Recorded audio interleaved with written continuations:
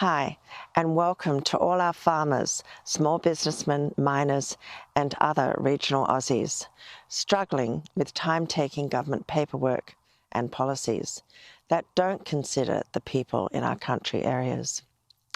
It's fantastic to be welcoming you to the Bush Summit here in Launceston. The Bush Summit, like Defence, has become increasingly important, as I hope it is one that enables those in the country areas to be heard, rather than taken for granted and overlooked. No matter how hard we work, no matter how much we contribute, and that we have developed primary industries that shine on the global stage.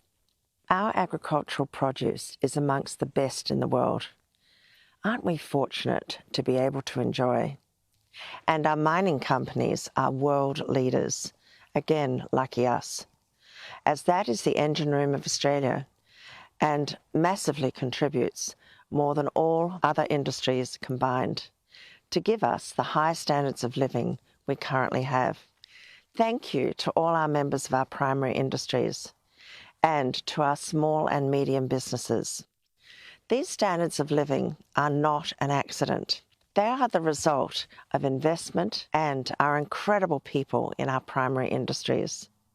Mining provides not only jobs that pay more on average than the national average of salaries and wages, but massive export earnings, the largest of any industry, and taxation revenue too. Yes, without the billions in taxation revenue mining provides, providing for 65,000 police and 210,000 nurses each year, Australia would simply not be the same. Yes, the mining industry is a standout contributor, but too often we just think of this in economic terms, rather than the lives it helps. Mining revenue helps to provide for our elderly, our people in trouble in emergencies, our uni students, and is essential for the houses we build. The copper those in Tasmania explore for or mine is used in pipes and to convey electricity. The iron ore you explore for or mine helps to build machinery and equipment essential to build houses, from scaffolding, cement mixers, saws, to the everyday shovel and scrapers needed for brick mortar and tiling, and much more. In short, lack of supply of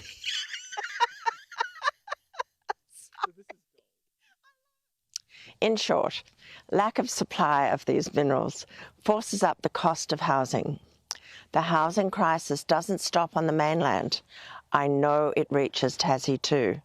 It is upon these primary industries that all other activity is built. We cannot have manufacturing without mining and agriculture. We cannot have healthcare without mining, including oil and gas. And we cannot have defence, which is meant to be the government's prime responsibility to its citizens, without the revenue-creating industries and the many companies they support that contribute tax revenue. It seems it is too easy for some to forget that every aspect of our lives is touched by either the mining or the agricultural industry. As you'd know, everything either has to be grown or mined, be it the food on our tables, the energy used to refrigerate or cook it, or the utensils used to eat it, and much more.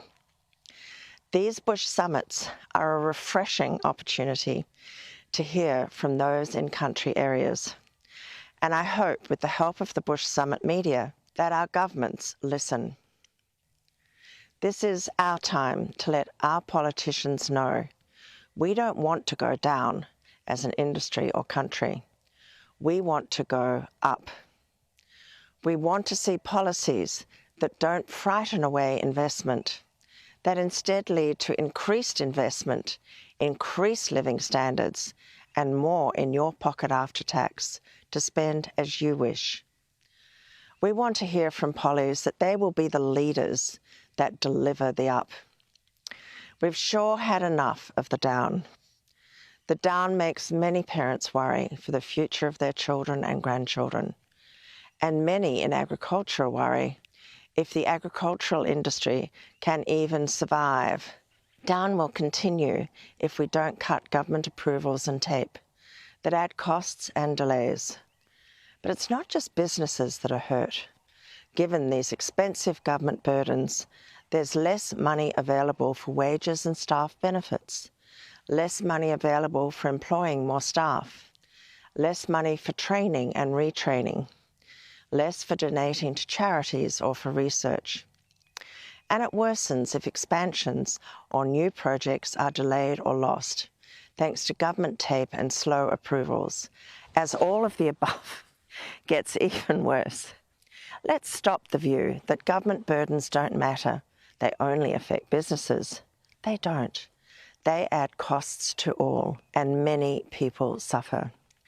The Minerals Council of Australia has recently estimated that we are missing out on some $68 billion of investment because our major mining projects are, quote, increasingly put in the too hard basket because of the challenging investment environment in Australia, close quote.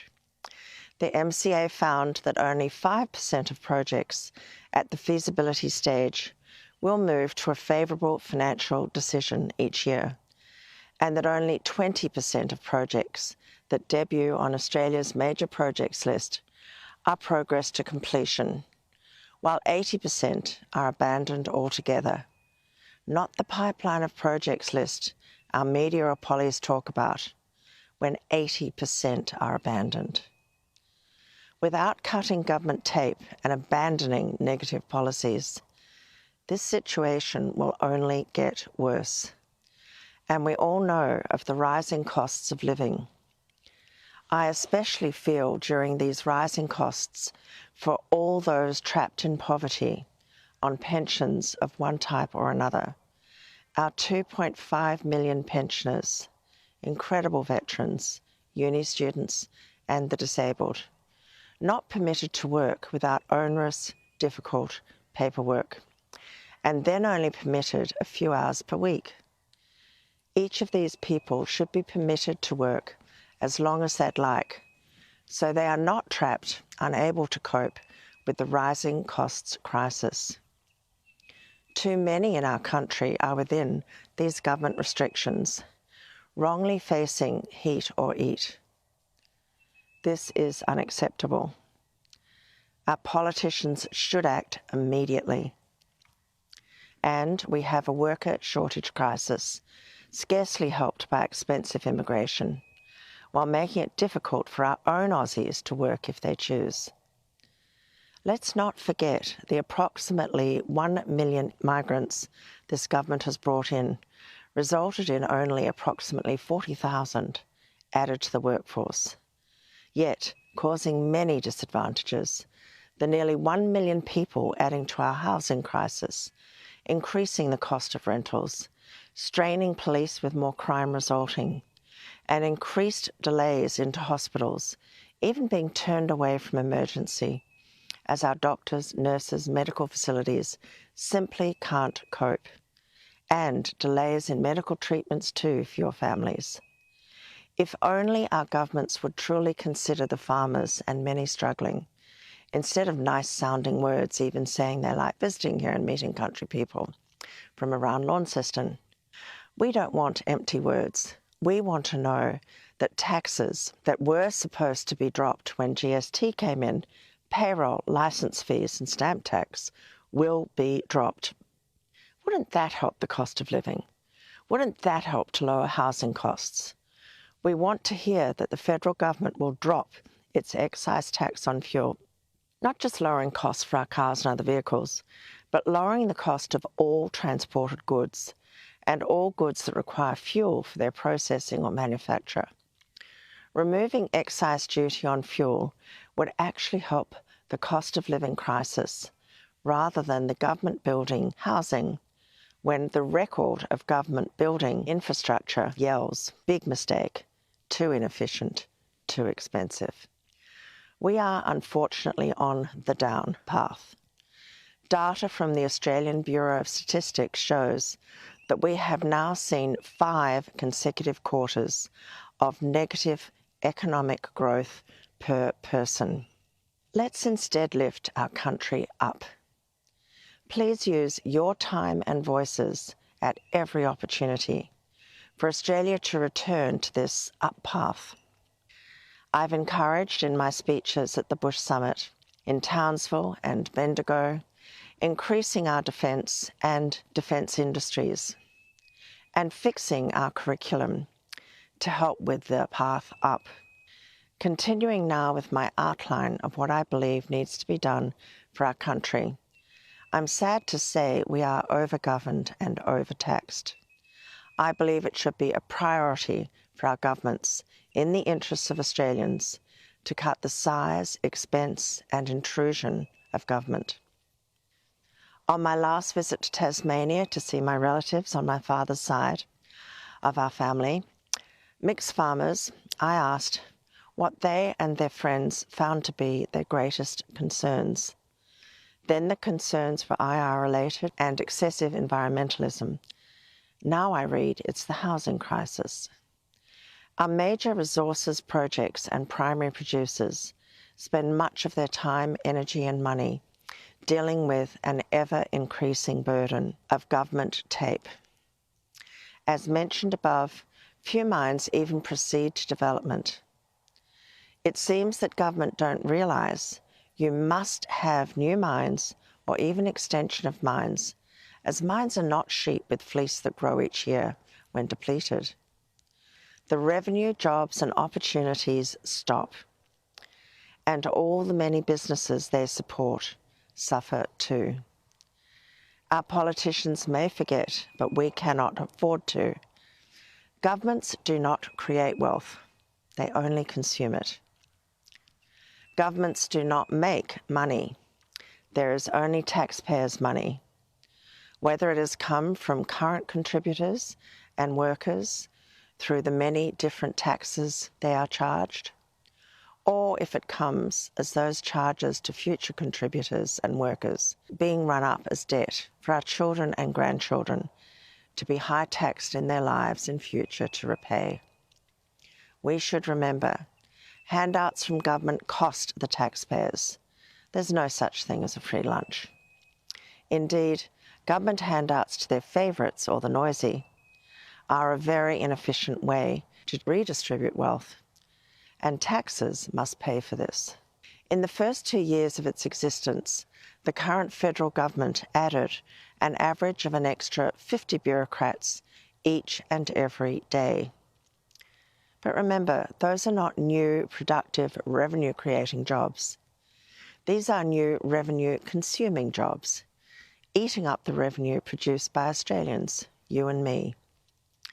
For each new bureaucrat role created by Canberra, the cost to all of us increases. It's time to turn this around.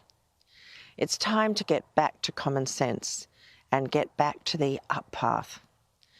Getting government out of the way, reducing the number of bureaucrats employed to tie up our economic development, cutting the government's tape and tax burdens, is the path to increased levels of investment, essential for higher levels of growth, higher levels of living standards, and more after-tax monies in your pocket for you to spend as you would wish.